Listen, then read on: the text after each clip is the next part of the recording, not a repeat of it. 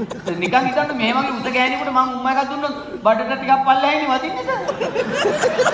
ඉතින් ඒ හරියට වදිනකොට ඉවස ගන්න තමයි. වෙන මොනවද ප්‍රශ්න වෙන මොනවද තමයි වෙන ප්‍රශ්න කියන්නේ සර් යාළු වෙලා ඉන්න කාලේ සර් අපි මේ චිත්‍රපටියක් බලන්න බස් වලට ගේටගෙන ඉන්නකොට මේකි මට කියනවා අනේ සෙනෙවි කොණ්ඩේ කට්ට ගැලුණා කියලා. ආ ගෑනලා මේ කොණ්ඩේ ගෑනලා මේ. ඉතින් මං කව අවුලන්නේ ඔහොම නෑ ගහන්නමයි කියනවා. කට්ට ගහන්න. මේකි බෑම ගහන්න කියනවනේ. මං කොහොමද සර් ගහන්නේ? ඉතින් ওই සම්පූර්ණ ගෑනලමට පොඩ්ඩක් දෙකට නැවෙන්න කියලා කට්ට ගහන්න තිබ්බද? මොකද්ද සර්? ඒ ගෑනු ළමයාට පොඩ්ඩක් මෙහෙම දෙකට නැවෙන්න කියලා කට්ට ගහන්න තිබ්බද?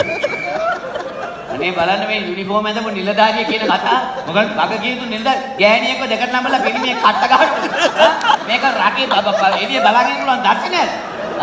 චික් මොන කතාවද හරි. ඉතින් තමුසෙට ඒක මස්සිනාට පැහැදිලි කරලා කියන්න තිබ්බනේ. කිව්වට මම විශ්වාස කරන්නේ නැහැ නේද? ඌ මොකද කියන්නේ? ඌ අහනවා එතකොට කෙල්ලගේ බඩේ ඉන්න දරුවට තාත්තා වෙන්නේ කවුද? ඈ? ඔව් ඒ මානවා. යකෝ කෙල්ලට බබෙක් හම්බෙන්නේ ඉන්නවද? ඉන්නවා හිතයි. තමුසෙන්නේ?